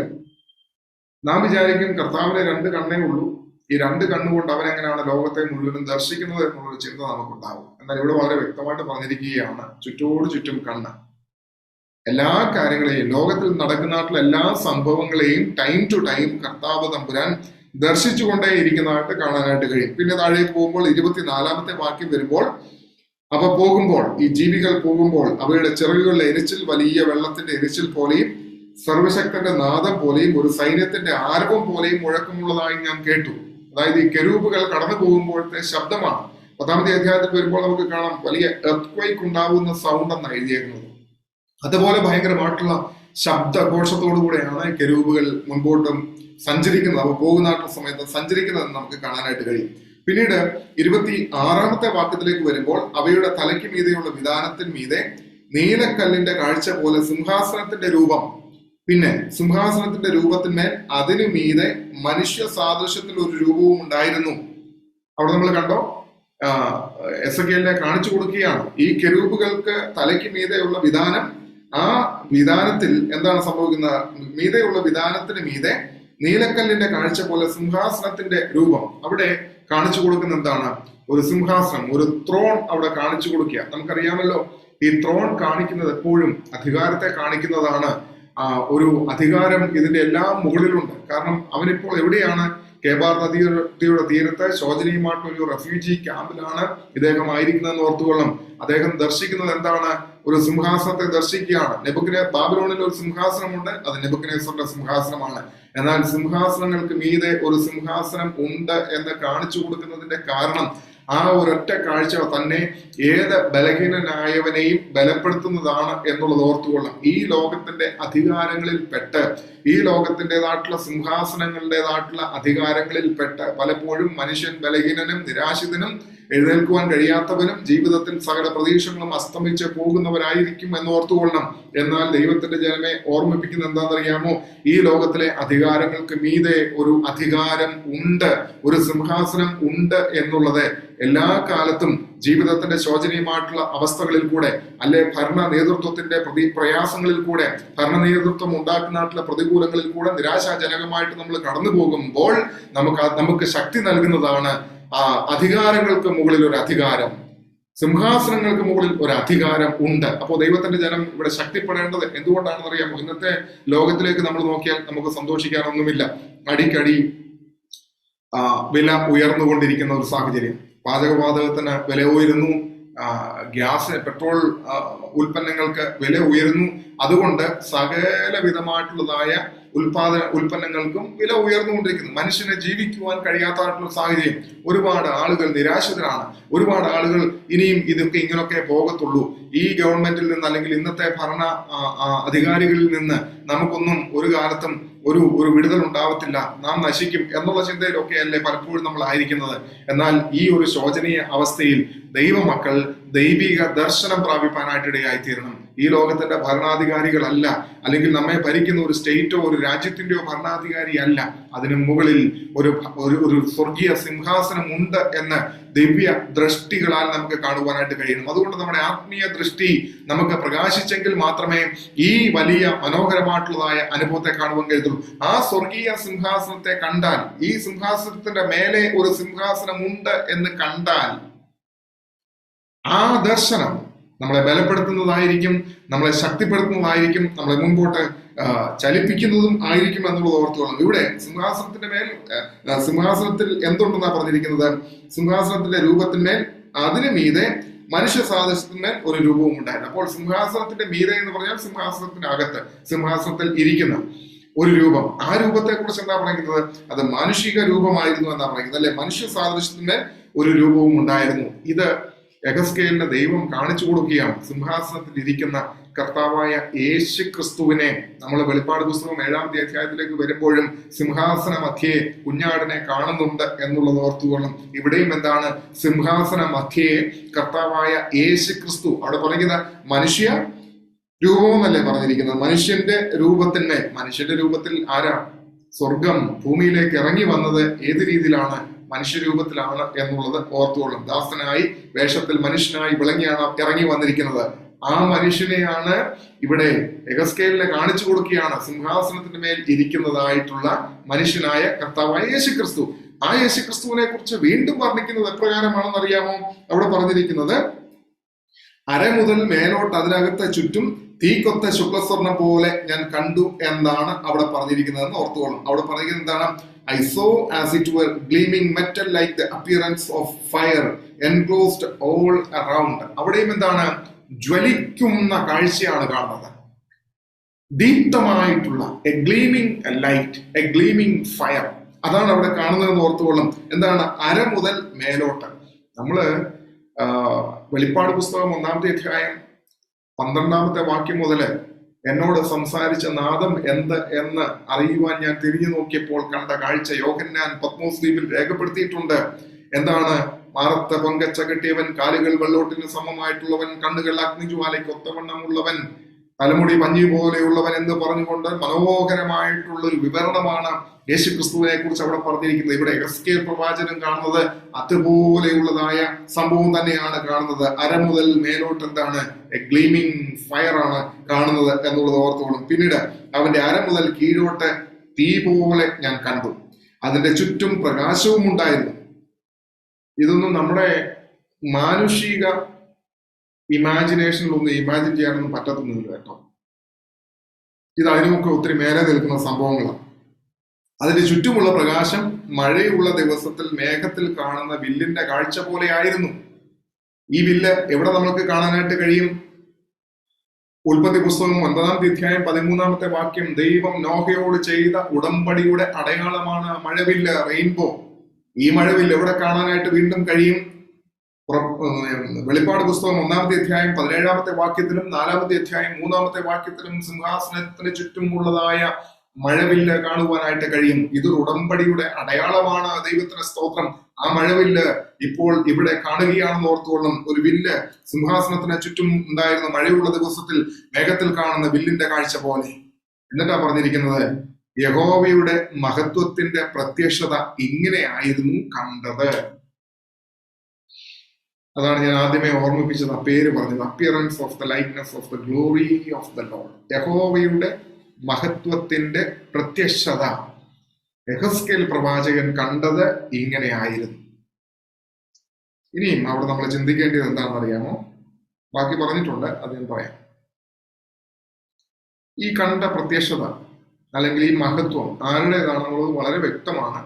യഹോവയുടെ മഹത്വ പ്രത്യക്ഷത എന്ന് പറയുന്നു, ഇത് കർത്താവായ യേശു ക്രിസ്തുവാണ്. കാരണം യഹോവയായ ദൈവവും പുത്രനാം ദൈവവും പരിശുദ്ധാത്മാവും ദൈവവും ഏക ദൈവം ഒരുപോലെ ആയിരിക്കുന്നു എന്നുള്ളത് ഓർത്തുകൊള്ളാം. ആ ത്രിയേക ദൈവത്തിന്റെ മഹത്വമാണ് നമ്മൾ ഇവിടെ കണ്ടുകൊണ്ടിരിക്കുന്നത്. ഇവിടെ പറഞ്ഞിരിക്കുന്ന സിംഹാസനത്തിൽ ഇരിക്കുന്ന മനുഷ്യ മുഖമുള്ളവൻ കർത്താവായ യേശു ക്രിസ്തു. അപ്പോൾ യേശു ക്രിസ്തുവിന്റെ മഹത്വമാണ് നമ്മൾ യെഹെസ്കേൽ പ്രവാചകനിൽ ദൈവം അയച്ചു കൊടുത്ത് നമ്മളിപ്പോ കണ്ടിരിക്കുന്നത്. ദൈവമക്കളെ, ഈ മഹത്വം നമ്മളിപ്പോ ഈ വാക്കുകളിലൊക്കെ ഞാൻ ഇത്രയൊക്കെ പറഞ്ഞു, ഇതൊന്നുമല്ല, ഇതിനൊക്കെ ഒത്തിരി അപ്പുറമാണത്. ഒരു മനുഷ്യനെ നോക്കി നിൽക്കാനൊന്നും കഴിയത്തില്ല. അതുപോലത്തെ ഇതാണ് ഇത് കണ്ടു കഴിഞ്ഞപ്പോൾ എസ്കേലിന് എന്നാ പറ്റിയെന്നുള്ളത് അവിടെ എഴുതി വെച്ചിട്ടുണ്ട്. അപ്പോ ഈ മഹത്വത്തിന്റെ പ്രത്യക്ഷത, ഈ മഹത്വം യഹോവയുടെ മഹത്വത്തിന്റെ പ്രത്യക്ഷത എന്നല്ലേ യെഹെസ്കേൽ പറഞ്ഞിരിക്കുന്നത്? Appearance of the likeness of the glory of the Lord. Philippi ലേഖനം 2-ാമത്തെ അധ്യായം 1 മുതൽ 5 വരെയുള്ള വാക്യങ്ങൾ നമ്മൾ വായിക്കുമ്പോൾ എന്താ വായിക്കുന്നത്? He emptied himself. Emptied himself എന്ന് പറയുമ്പോൾ തന്നെത്താൻ ത്യജിച്ചു, വേഷത്തിൽ മനുഷ്യനായി, ദാസന്റെ വേഷമെടുത്തു. ഈ മഹത്വം നമ്മളിപ്പോൾ ഈ കേട്ടതും കണ്ടതും നിങ്ങളത് മുഴുവനും വായിക്കണം. 1-ാമത്തെ അധ്യായം മുഴുവനും ഇന്ന് രാത്രിയിൽ, ഇപ്പം ഏതാനും മിനിറ്റുകൾ കഴിയുമ്പോൾ തന്നെ ഈ ക്ലാസ് കഴിയും. ഇത് കഴിഞ്ഞിട്ട് ഒരു അരമണിക്കൂർ എടുത്തിട്ട് ഇത് മുഴുവനും ആ 28 വാക്യം, കൂടുതലൊന്നും ഞാൻ പറഞ്ഞില്ല, 28 വാക്യം ഒന്ന് വായിക്കണം. എന്നിട്ട് ഇരുന്നുകൊണ്ടൊന്ന് ചിന്തിക്കണം. ഈ മഹത്വം സ്വർഗത്തിൽ ഊരി വെച്ചിട്ടാണ് കേവലം ഒരു മനുഷ്യനായി ഈ ഭൂമിയിലേക്ക് എളിയവരിൽ എളിയവനായി ദരിദ്രനിൽ ദരിദ്രനായി യേശു കർത്താവ് ഇറങ്ങി വന്നത് എന്നോർക്കണം. എന്തോ ഒരു മഹത്വം! ആ മഹത്വം ഊരി വെച്ചിട്ട് സകല സ്വർഗീയ മഹിമകളും വെടിഞ്ഞ് വേഷത്തിൽ മനുഷ്യനായി അവൻ താഴേക്ക് വരികയാണ്. അതാണ് അവന്റെ ജഡാവതാരത്തിൽ കൂടെ, ഇൻകാർണേഷനിൽ കൂടെ നമ്മൾ മനസ്സിലാക്കുന്നത് എന്നോർക്കണം. ആ ജഡാവതാരം വചനം ജഡമായി തീർന്നു. വചനം ജഡമായി തീർന്നു. വചനത്തിന്റെ മഹത്വമാണ് നമ്മൾ ഇത്രയും നേരം 4 മുതൽ 28 വരെയുള്ള വാക്യങ്ങൾക്കകത്ത് വർണ്ണിച്ചിരിക്കുന്ന വചനത്തിന്റെ മഹത്വം. അതാണ് യോഹന്നാൻ 1 മുതൽ 3 വരെയുള്ള വാക്യങ്ങളിൽ രേഖപ്പെടുത്തിയിരിക്കുന്നത്. വചനം ജഡമായി തീർന്നു, കൃപയും സത്യവും നിറഞ്ഞവനായി നമ്മുടെ ഇടയിൽ പാർത്തു. അപ്പോൾ കർത്താവായ യേശു ക്രിസ്തു സകല മഹിമകളും വെടിഞ്ഞ് ഭൂമിയിലേക്ക് വന്നു. ആ കർത്താവായ യേശു ക്രിസ്തുവിനെയാണ് ഈ ലോകത്തിലെ വേട്ട നായ്ക്കൾ അവന്റെ കരങ്ങളിലും കാലുകളിലും ആണിയടിച്ചും അവന്റെ വിലാപ്പുറത്ത് കുത്തിത്തുളച്ചും അവന്റെ തലയിൽ മുൾക്കിരീടം അണിയിച്ചും അവനെ നിന്ദിച്ചും പരിഹസിച്ചും അവന്റെ മുഖത്ത് തുപ്പിയും അവനെ നശിപ്പിച്ചത് എന്നുള്ളത് ഓർക്കണം. ഈ മഹത്വം യെഹെസ്കേലിനെ പോലെ അന്നുള്ള പ്രമാണികളൊക്കെ ഒന്ന് ദർശിച്ചിരുന്നെങ്കിൽ ഇതുവല്ലതും സംഭവിക്കുമായിരുന്നു. ദൈവമക്കളെ, ഇന്നും നമ്മളൊരു കാര്യം ഓർത്തുകൊള്ളാം. നമുക്ക് നമ്മുടെ കർത്താവിനെ വേണ്ടുന്നത് പോലെ ബഹുമാനിക്കാനോ ആരാധിക്കാനായിട്ടോ അവനോട് കർത്താവിനെ സ്നേഹിക്കുവാനായിട്ടോ കഴിയാത്തതിന്റെ ഒരു കാരണം എന്താണെന്ന് അറിയാമോ? ഈ മഹത്വം നമുക്ക് വേണ്ടുന്നത് പോലെ ദർശിപ്പാനായിട്ട് കഴിഞ്ഞിട്ടില്ല എന്നുള്ളത് തന്നെയാണ്. ഈ മഹത്വം വേണ്ടുന്നത് പോലെ ദർശിച്ചാൽ കർത്താവിനെ ആരാധിക്കുവാൻ എന്തൊരു ഉത്സാഹമായിരിക്കും! ദൈവസന്നിധിയിലേക്ക് കടന്നു ചെല്ലുവാൻ എന്തൊരു ഉത്സാഹമായിരിക്കും! ദൈവവചനം പ്രമാണിക്കുവാൻ എന്തൊരു ഉത്സാഹമായിരിക്കും!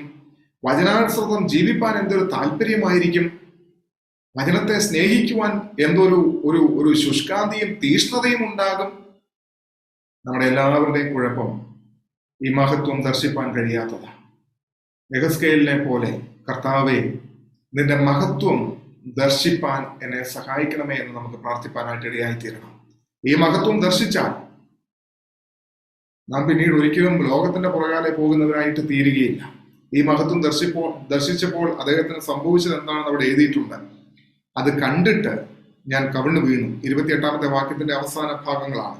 അത് കണ്ടിട്ട് ഞാൻ കവിണ്ണു വീണു, സംസാരിക്കുന്ന ഒരുത്തന്റെ ശബ്ദവും കേട്ടു എന്നാണ് അവിടെ പറഞ്ഞിരിക്കുന്നത്. അപ്പോൾ 3 കൂട്ടം കാര്യങ്ങൾ അവിടെ സംഭവിക്കുന്നതായിട്ട് നമുക്ക് കാണാനായിട്ട് കഴിയും.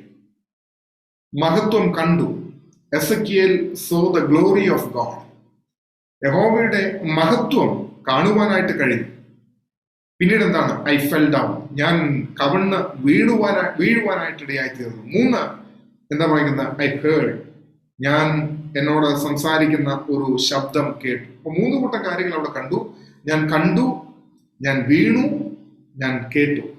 ഇതേ സംഭവം തന്നെ ആർക്കൊക്കെ നടക്കുന്നുണ്ട് എന്ന് ചോദിച്ചു കഴിഞ്ഞാല് ദാനിയേൽ പ്രവാചകന് സംഭവിക്കുന്നുണ്ട്. ദാനിയേൽ പ്രവചനം 10-ാമത്തെ അധ്യായം 9-ാമത്തെ വാക്യത്തില് വായിക്കുമ്പോൾ ദാനിയേലും ഈ മഹത്വം കണ്ടിട്ട് വീണ മരിച്ചവനെ പോലെ ആയി എന്ന് പറഞ്ഞിട്ടുണ്ട്.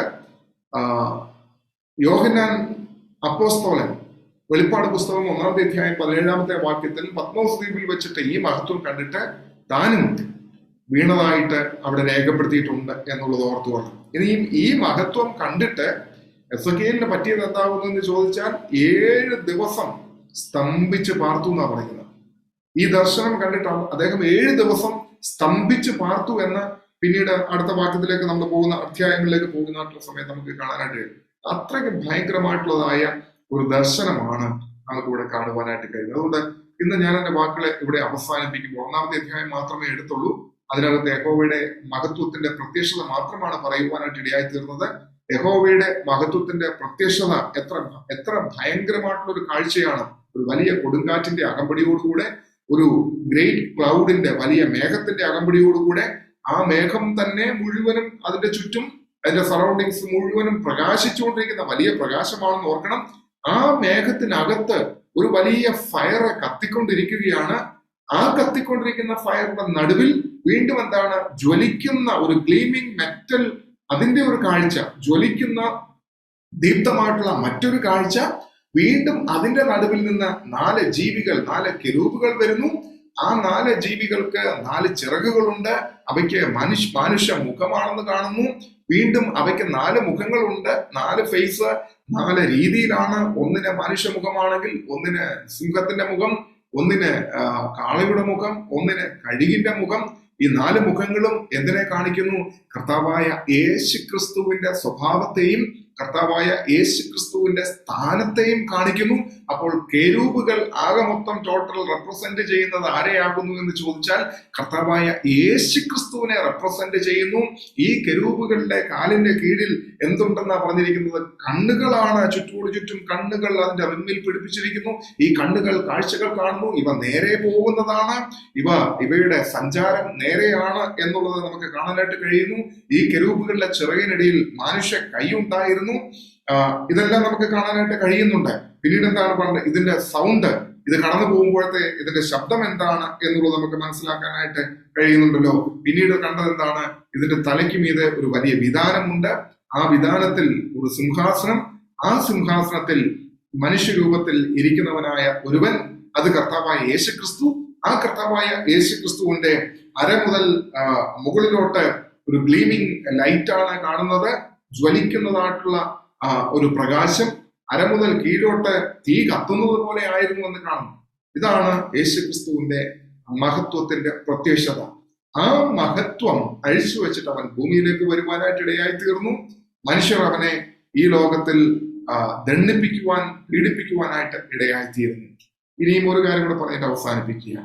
ഇതാണ് യഹോവയുടെ മഹത്വ പ്രത്യക്ഷത എന്നുള്ളത് എസെക്കിയേൽ ഇവിടെ സാക്ഷ്യപ്പെടുത്തിയിട്ടുണ്ട്. അത് കണ്ടപ്പോഴേക്കും തനിക്കുണ്ടായതായിട്ടുള്ള പ്രയാസങ്ങളും രേഖപ്പെടുത്തിയിട്ടുണ്ട്. ദൈവമക്കളെ, ഈ മഹത്വം ഊരി വെച്ചിട്ടാണ് യേശു കർത്താവ് ഭൂമിയിലേക്ക് വന്നത് എന്ന് ഞാൻ പറഞ്ഞു.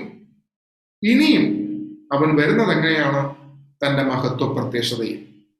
വെളിപ്പാട് പുസ്തകം 19-ാം അധ്യായം 11-ാമത്തെ വാക്യത്തിൽ നമ്മളത് കാണുന്നുണ്ട്, തന്റെ മഹത്വ പ്രത്യക്ഷത.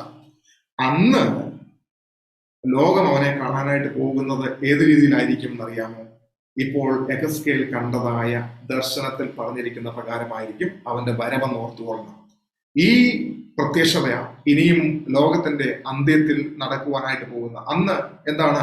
മേഘാരൂഢനായി വലിയ മേഘത്തിന്റെ അകമ്പടിയോടുകൂടെയാണ്, അഗ്നി അശ്വങ്ങളുടെ അകമ്പടിയോടുകൂടെ അവൻ കടന്നു വരുവാനായിട്ട് പോവുകയാണെന്ന് ഓർത്തുകൊള്ളണം. വലിയ മഹത്വ പ്രത്യക്ഷത അന്ന് ലോകം കാണുവാൻ പോകുന്ന ഈ കാഴ്ചയാണ്. കാരണം ഈ കാഴ്ച കണ്ടുകൊണ്ട് ഈ എസെക്കിയേലും ദാനിയേലും അല്ലെങ്കിൽ യോഹന്നാനും ഒക്കെ ഇത് കണ്ടപ്പോൾ തന്നെ മരിച്ചു വീണ അവസ്ഥയിലായിപ്പോയി, സ്തംഭിച്ചു പോയി നോക്കാം. ഈ ഒരു കാഴ്ച അന്ന് യേശുക്രിസ്തുവുമായിട്ട് പോരാടുവാൻ അന്ത്യക്രിസ്തുവിന്റെ നേതൃത്വത്തിലുള്ളതായ സകല ലോക സൈന്യങ്ങളും കൂടെ അർമഗദോനിൽ കടന്നു വന്ന് നിൽക്കുമ്പോൾ ഈ കാഴ്ച കാണുമ്പോൾ തന്നെ എന്താ സംഭവിക്കുന്നതെന്ന് ചോദിച്ചു കഴിഞ്ഞാൽ എന്താണ്? അന്ന് എഹെസ്കേലിലും ദാനിയേലിലും ഒക്കെ ഉണ്ടായതുപോലെയുള്ള ഇവര് സ്തംഭിച്ചു പോകുന്നതായിട്ടുള്ള അനുഭവം, അല്ലെങ്കിൽ ഇവര് നിർനിമേഷന്മാരായി മരവിച്ചു നിന്ന് പോകുന്ന അനുഭവം അവിടെ ഉണ്ടാവും എന്നുള്ളത് നമുക്കവിടെ കാണാനായിട്ട് കഴിയും എന്നുള്ളത് ഓർത്തോണം. അപ്പോൾ ഈ മഹത്വ പ്രത്യക്ഷതയിലായിരിക്കും കർത്താവ് യേശു തമ്പുരാൻ ഇനിയും വരുവാനായിട്ട് പോകുന്നത്. അതുകൊണ്ട് വാക്കുകളെ ഇവിടെ അവസാനിപ്പിക്കുമ്പോൾ ഓർമ്മിപ്പിക്കട്ടെ, നമുക്കും പ്രാർത്ഥിക്കാം, കർത്താവെ നിന്റെ മഹത്വത്തിന്റെ പ്രത്യക്ഷത എന്നെ ഒന്ന് കാണിക്കണമേ. ആ മഹത്വത്തിന്റെ പ്രത്യക്ഷത കണ്ടു കഴിഞ്ഞാൽ കർത്താവുമായിട്ടുള്ള ജീവിതത്തിന് കൂടുതൽ അടുപ്പമുണ്ടാകുവാൻ, ആരാധിക്കേണ്ടത് പോലെ അവനെ ആരാധിക്കുവാൻ, വചനം പ്രമാണിക്കേണ്ടത് പോലെ പ്രമാണിക്കുവാൻ, നടക്കേണ്ടുന്നത് പോലെ നടക്കുവാൻ, ജീവിതത്തിന് അർത്ഥമുണ്ടായി തീരുവാനായിട്ട്, കൂടുതൽ അർത്ഥമുണ്ടായി തീരുവാനായിട്ട് ഇടയായിത്തീരും. അതുകൊണ്ട് യഹോവയുടെ മഹത്വത്തിന്റെ പ്രത്യക്ഷത എസെക്കിയേലിനെ കാണിച്ചതുപോലെ, ദാനിയേലിനെ കാണിച്ചതുപോലെ, യോഹന്നാൻ അപ്പോസ്തലനെ കാണിച്ചതുപോലെ എന്നെയും കാണിക്കണമേ എന്നുള്ള പ്രാർത്ഥനയോടുകൂടെ നമുക്ക് തുടർന്നുമായിരിക്കാം. അതിന് ദൈവം തന്റെ പരിശുദ്ധാത്മാവ് മുഖാന്തരം നമ്മെ എല്ലാവരെയും സഹായിക്കുകയും അനുഗ്രഹിക്കുകയും ചെയ്യുമാറാകട്ടെ. ആമേൻ.